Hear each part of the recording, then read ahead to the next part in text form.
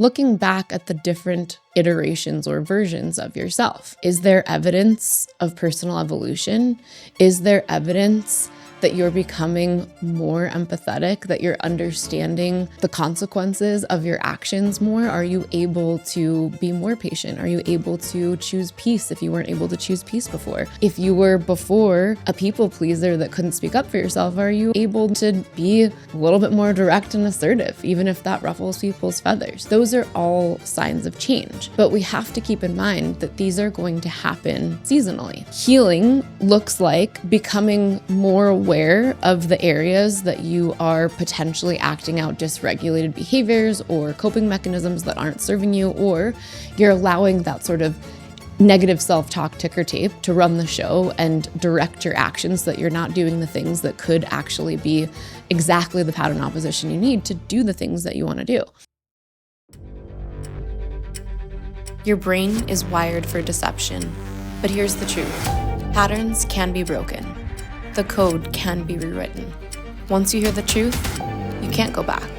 So the only question is, are you ready to listen? Welcome to another episode of Decoded. I'm Bizzie Gold, and today is going to be something just a little bit different. Over the season so far, and gosh, I can't believe how many episodes we are in. When you really commit to filming weekly, it's unbelievable how much content you can pull through. So today's going to be a little bit different, more off the cuff, free flowing, based on things that I've been thinking about over the last few weeks. So today we're having a conversation around what it looks like to both healing, right, to be in that healing space, and what it looks like to be healed. Because I think there's some misconceptions here. And I see this lead to a lot of conflict. I see this lead to a lot of arguments. I also see it lead to a lot of faulty assumptions about who's doing the work and if they're doing the work. So I'd like to jump in here and try to shed a little bit of light on what a human being looks like when they are in the space of healing, and what a human being should look like when they are in fact healed, right? And if you're listening to the audio version of that, I just put healed in air quotes because the human experience is really complex. If you look at it, for example, from a biblical paradigm, human beings, as a result of the fall in Genesis, are essentially cast down into the world, losing their spiritual sight, and they're essentially able to be tested and tricked and deceived, etc. And we're being called biblically, for example, to learn to see with our spiritual eyes and not be afraid and controlled by fear and anxiety by what it looks like is happening in front of us in the three-dimensional space. Another way to look at this would be we're called to walk by faith, not by sight. So you're called to understand the spiritual inner workings of things, not just what it looks like right in front of your eyes. For those of you that may have struggled with anxiety, this can be incredibly challenging, right? Anxiety shows up one part psychic, one part superhero, and it tries to give you this running list of all the things you could or should do to try to prevent danger. If you flip it and look at it from, again, that more spiritual perspective, you're often being asked to surrender, trust the process, not actually try to control every little thing, and to try to have that moment of straddling two worlds, believing that some future reality is possible, while potentially also not immediately stepping in and taking these of the world human steps right now. In Break Method, I call this process controlled surrender. I'll fill in some of these gaps and help you get a working definition of controlled surrender, because I think this is definitely a key concept to really bring to life what healing and being healed looks like. One day when I was in my early 20s, and for context, I grew up having panic attacks all day long, every day from roughly 9 to 19. I was, and frankly still am, claustrophobic. I really don't like tight and closed spaces. My one Achilles heel, even at the age of 40, is I hate elevators. We'll get to that in another episode. So I don't like enclosed spaces, and my brain is definitely inclined toward seeing too far into the future and calculating too many what ifs and really desiring to try to, prevent danger at all costs. I had a radical experience when I was 19 that helped me drop out of my perpetual state of panic attacks, thank God. But this claustrophobia thing still remained. And in my early 20s, I had an opportunity to participate in a sweat lodge. During this sweat lodge was the very first time that I became actively aware and able to listen to the inner monologue that was trying to prevent me from doing things that I actually consciously wanted to do. So if you think about a time that you set a goal for something, you were really sure that you want to do something, but then as soon as you were actually faced with committing and taking that step, all of a sudden that negative self-talk starts to flow like ticker tape. And all of a sudden you're backing down on your commitment. You're finding excuses to not commit. You're blaming it on somebody else why you're not going to commit. Nonetheless, something is happening functionally with language in your mind that is trying to alter your trajectory. And oftentimes, it's altering a trajectory that also makes it so that you can't actually get to the goal that you want. So as I'm lined up outside of this sweat lodge and I'm looking at all the people that are about to funnel into this tiny little homemade dome with sticks and twigs and branches and blankets, I just remember looking at it being like, what have I gotten myself into? Because I'm so claustrophobic and I can see how many people are about to funnel into this tiny space. And I remember going to stand on the line and immediately hearing a voice, make sure you're the last in so that you're closest to the door. And I remember hearing it and thinking, well, geez, if I do that, then I'm for sure going to hit the eject button and get myself out of here because I'm making it too easy for myself. So this is my very first experience of both that negative self-talk directive, but also with my very first attempt at pattern opposition, where I pushed back and I said, no, but I want to do this sweat lodge. I want to conquer this fear. I want to get over my claustrophobia. And if I listen to what my brain is telling me to do, I will be closest to the door and surely I'll make it too easy for myself to just get out. So what did I do? I opposed my pattern. I made sure to be the first one in because both the lines kind of funnel from the side. So if you're the first one in, you're all the way at the back and there's kind of two half circles and there's only one door. So I get myself all the way to the furthest back spot that I can go. And at the time, I was sitting next to my then mother-in-law. And my mother-in-law was a very tough Japanese woman, definitely like a fafo sort of parent archetype. And I remember thinking okay, when in doubt, I'll just look over to Mayumi. Her presence will be somewhat calming. No. I realized very quickly, sweat lodges, and surely this is part of the point, they challenge a lot of people, even that may not actually have fears of claustrophobia explicitly. And I was watching people around me start to kind of melt down in panic. So I realized very quickly, this is going to be a me and God thing, a me and me thing. And I really can't look to anybody else for any sort of calm. This is going to have to be an inside job. And I remember listening to some of the chanting. I'm feeling it get hotter. I can feel that intense rising of anxiety. And at this point, I'm kind of trying my best to meet all of this very clear language of inner dialogue of save yourself, get out of here now. What if everybody dies?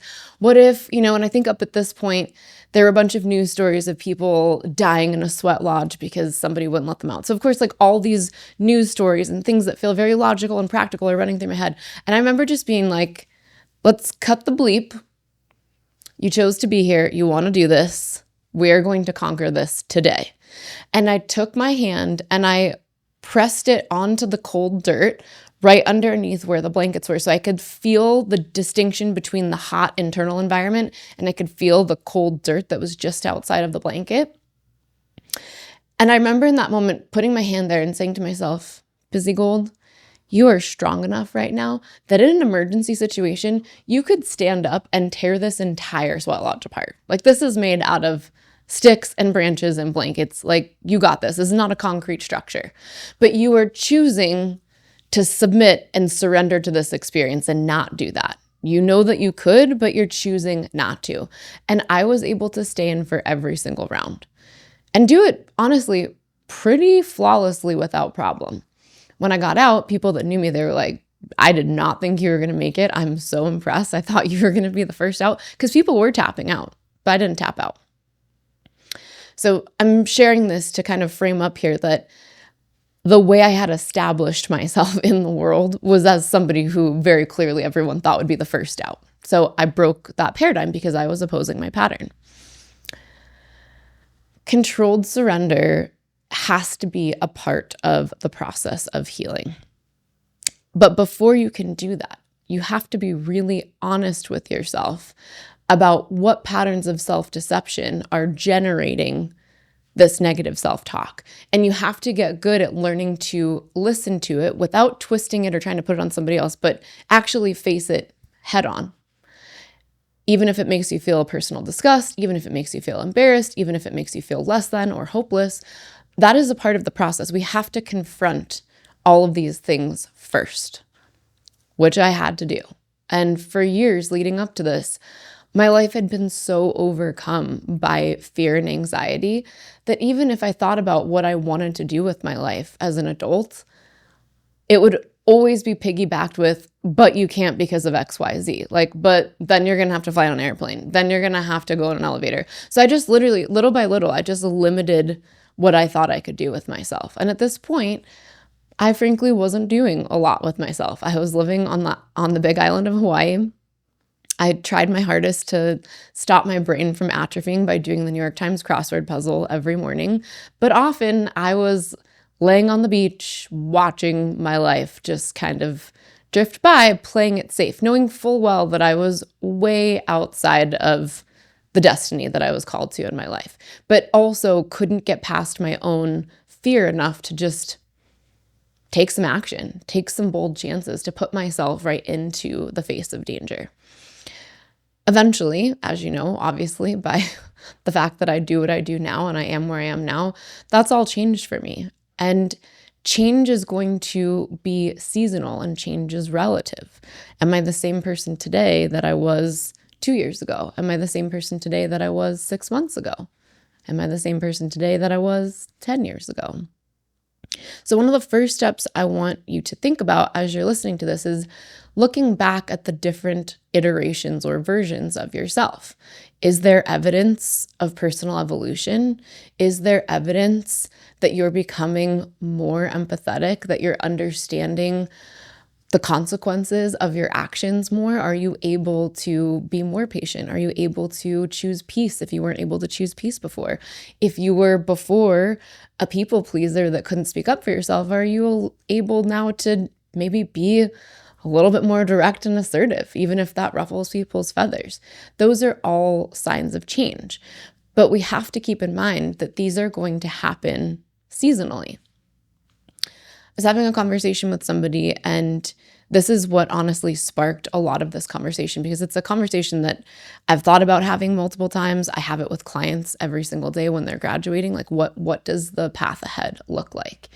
And I think the most simple way to set the stage for this is healing looks like becoming more aware of the areas that you are potentially acting out dysregulated behaviors or coping mechanisms that aren't serving you, or you're allowing that sort of negative self-talk ticker tape to run the show and direct your actions so that you're not doing the things that could actually be exactly the pattern opposition you need to do the things that you want to do. So are you able to look back and reflect over some period of time and see that you're not just aware of those things, but you're taking action on those things? Are you taking increasing actions on those things? Are you seeing the evidence of the changes that you're making in your life through your relationships, through your career, through your body image, through your internal dialogue? Those are the main things that you want to be looking at first and foremost. Because if you look back, arguably, if we look from kind of childhood to at a minimum, like mid to late 20s, you could pretty much describe, if I was like, give me a 10-point summary of who you are as a person in those ages and what your biggest strongholds or areas of setback were, most people can write those things down. I was fearful. I was really quiet and would placate everybody and then eventually would just completely fly off the handle and snap. In high school, I had been in physical altercations, sometimes even with boys. But more than anything else, if there was a hierarchy, I was so afraid of everything. I kept my life so limited. I couldn't think about all these big things I wanted to do in my life because there was always a but afterward. If I look at my life now and most people see how I live my life, how I engage, most people would never think that I ever was like that. I didn't go on an airplane for 6 years, you guys. I got stuck on the big island of Hawaii because I got so in my head about fear of flying that I just couldn't even get on a plane. Now I fly like every other week for work. Earlier in my life, looking back seasonally, I used to, once I was finally able to fly, then I couldn't fly without drinking alcohol. Now I fly sober all the time. In fact, I was completely sober for 6 years. So there are seasons. And does me drinking to fly mean that I'm not in the process of healing because before I couldn't fly at all? I was so stuck that I literally couldn't even do it. No, that was a step in my healing journey. And would it be something that I should be dependent on for the rest of my life? No, but healing happens in seasons. So now I can fly without drinking. Then even if I go back a few years ago, then I could fly without drinking, but if there was any turbulence, all of a sudden, heart rate through the roof, I'm gripping the sides, I'm freaking out, I'm trying to distract myself with something. And I had this really amazing experience on my way to Arizona this last week. Your brain isn't broken, it's running an old code. Break Method is a system that maps your neurological patterns, decodes your emotional distortions, and rewires your behavior fast. No talk therapy spiral, no getting stuck in your feelings, just logic-based rewiring in 20 weeks or less. Head to breakmethod.com and see what your brain is really up to. So I'm on the plane and I'm just feeling so relaxed and at peace on the plane, which nowadays often happens, but certainly still not with turbulence.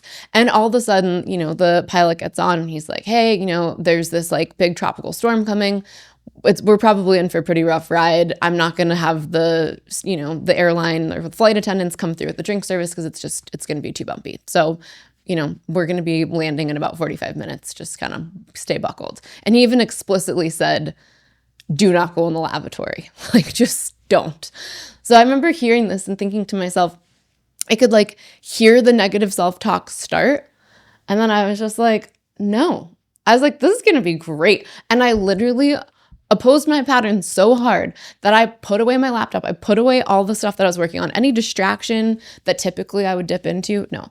Slammed it shut, put my computer in the seat back. And I literally just like sat forward like I was going to go on a roller coaster ride. I sat forward and I look at the guy next to me and I was like, this is going to be fun. And he was in the military and he's like, hell yeah. And I was like, hell yeah.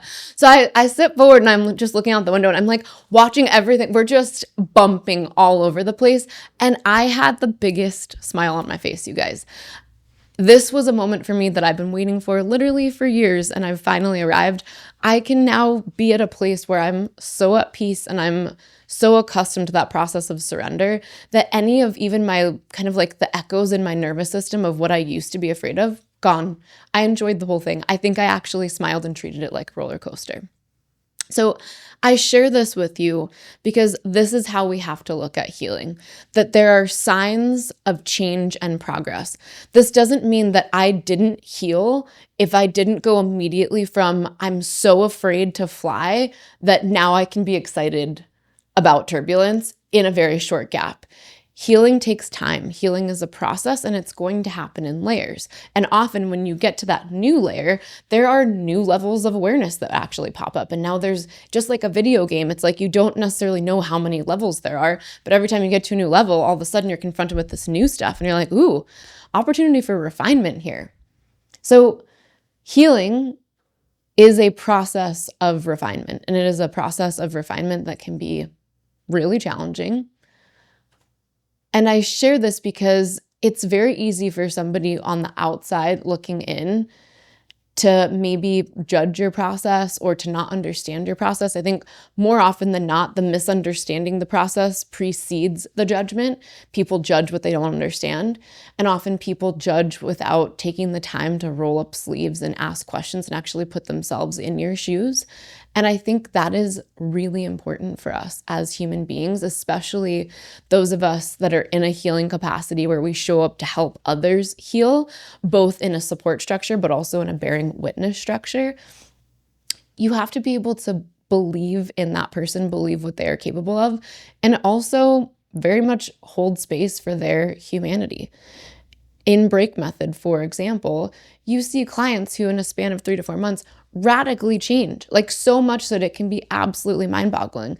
Does that mean that they're going to land the plane perfectly 100% of the time? Absolutely not.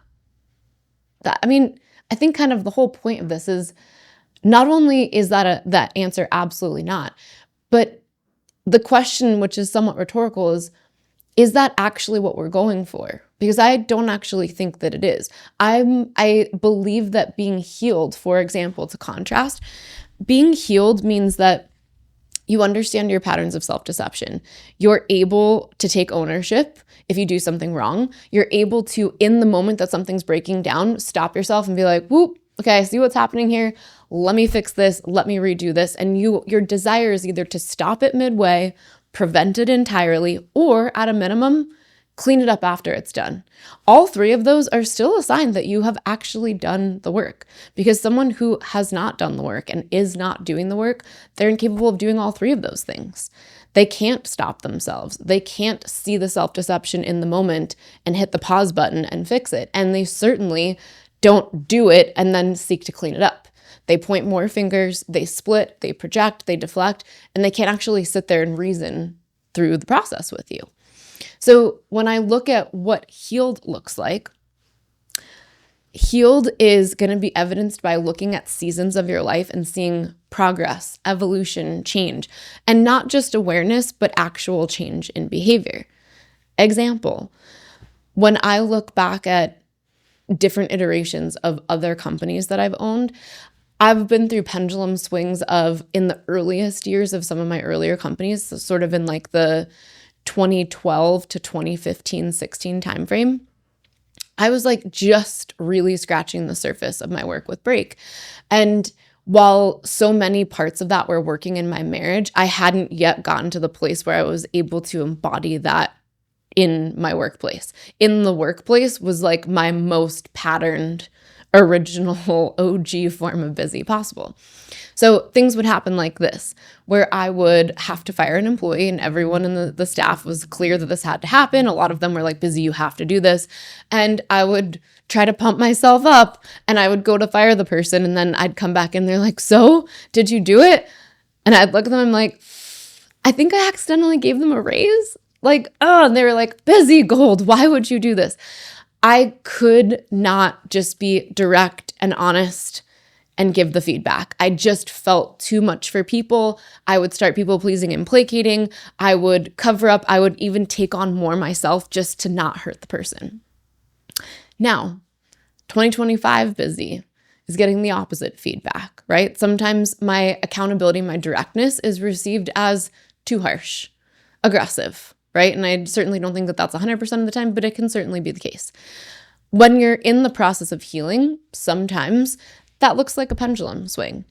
But I also want to draw attention here to one of the signs of both healing and being healed is looking at frequency of something. So example, if when you were 25, the majority of your relationships would have been marked by like X, Y, and Z behavior, and they were happening all the time. So like frequency of like 75% and higher.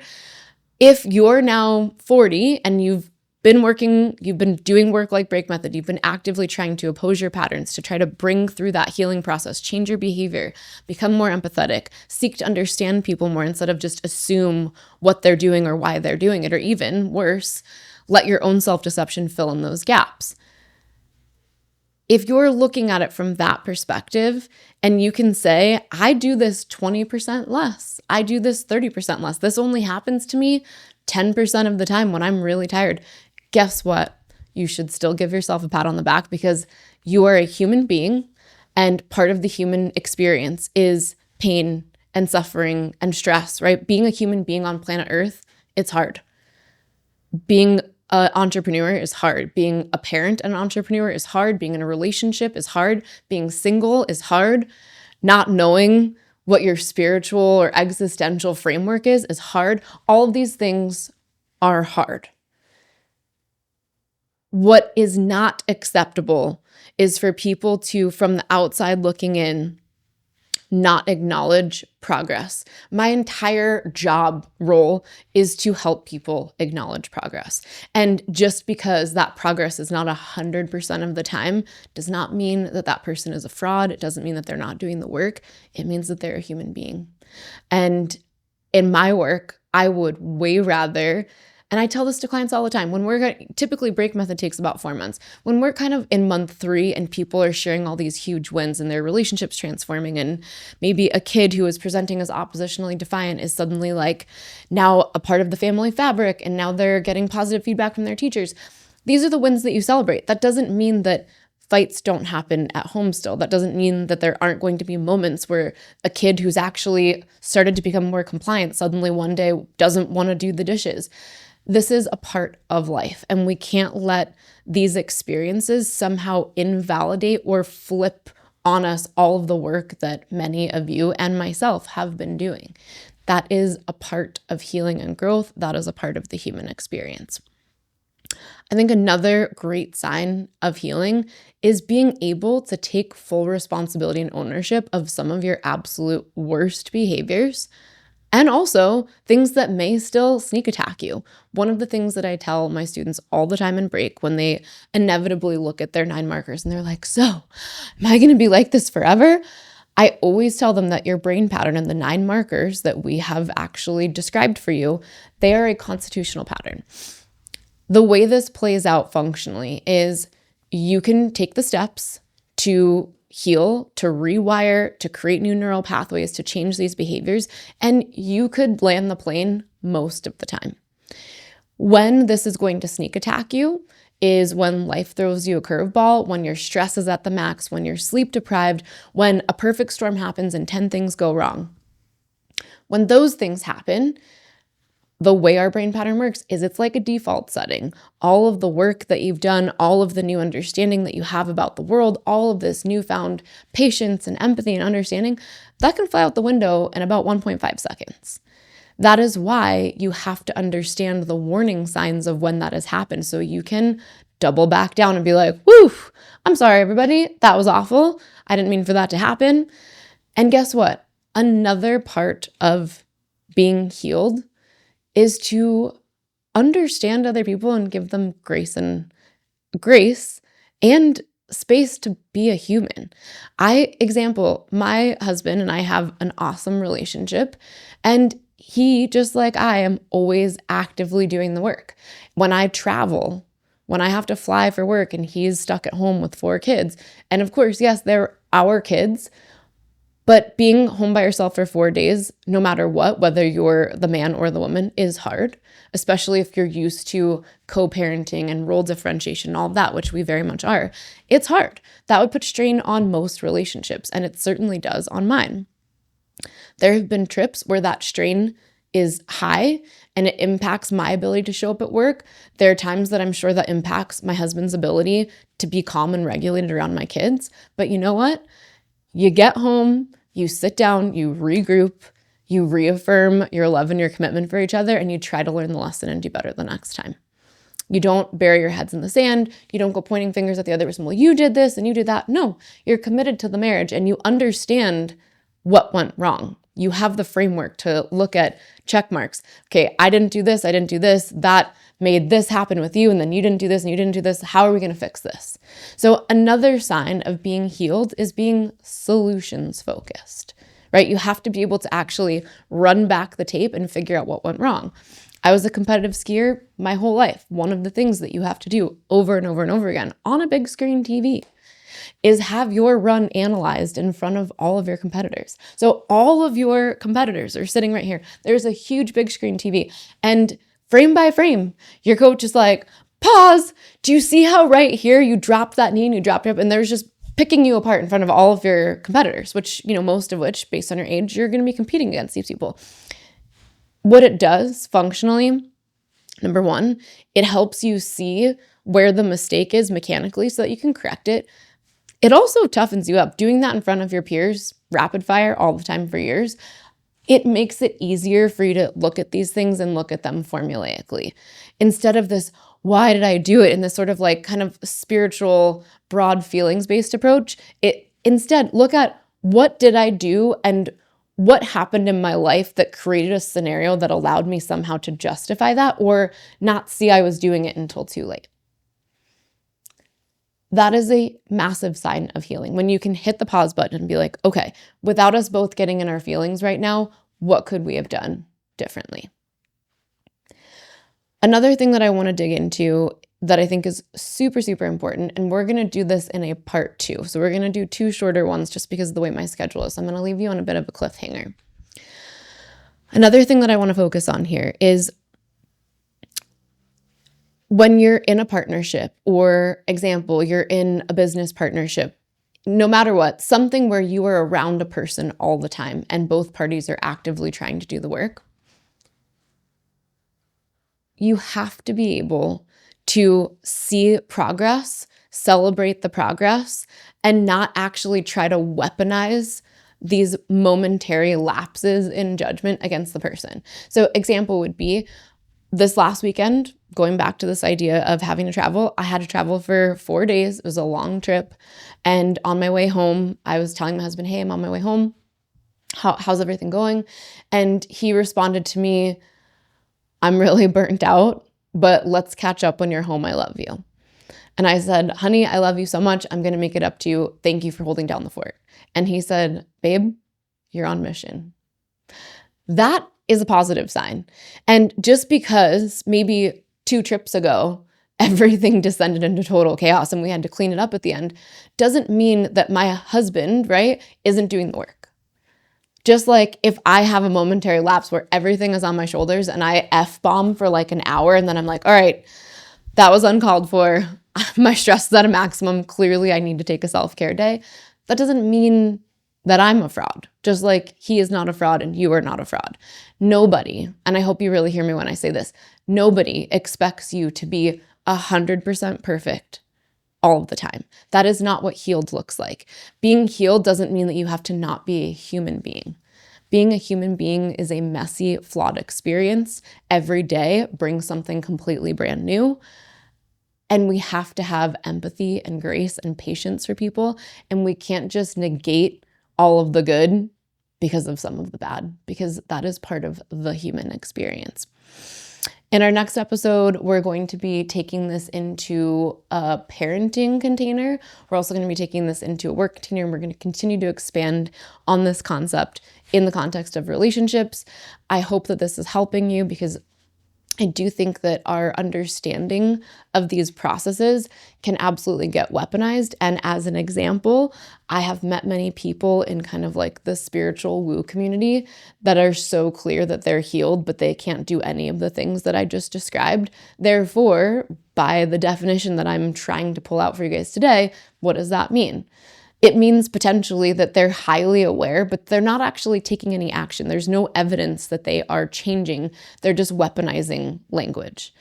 We need to be able to see evidence of change, and that evidence of change can happen in seasons. It can happen little by little, and sometimes you have to look at it with ratios. So the message I want to leave you with today is hold yourself accountable. Also give yourself grace. Remember that you are a human being that has a spirit and a soul, and you're having a incredibly challenging human experience. And to have people try to judge or blame you for things when you're actively trying to do the work, that's not helpful. And I hope that I've never shown up that way to my clients, and I will continue to try to hold that space of what they are capable of and keep trying to meet them in that place to do that job, because it's work that needs to be done. People need grace, empathy, understanding. And then a lot of times people also need a swift kick in the ass, which I have needed before too. So you've got to wrap all that up with a bow and, of course, be in spiritual integrity as you're doing it. So Lots of love to you all today. Next week's episode is going to be a part 2 to this conversation. I hope you enjoyed it. If you want to share this with somebody who might need a little bit of a reminder about what healing or healed looks like, or even just some encouragement, go ahead and send it. I'll see you guys soon. Your brain is wired for deception, but here's the truth. Patterns can be broken. The code can be rewritten. Once you hear the truth, you can't go back. So the only question is, are you ready to listen?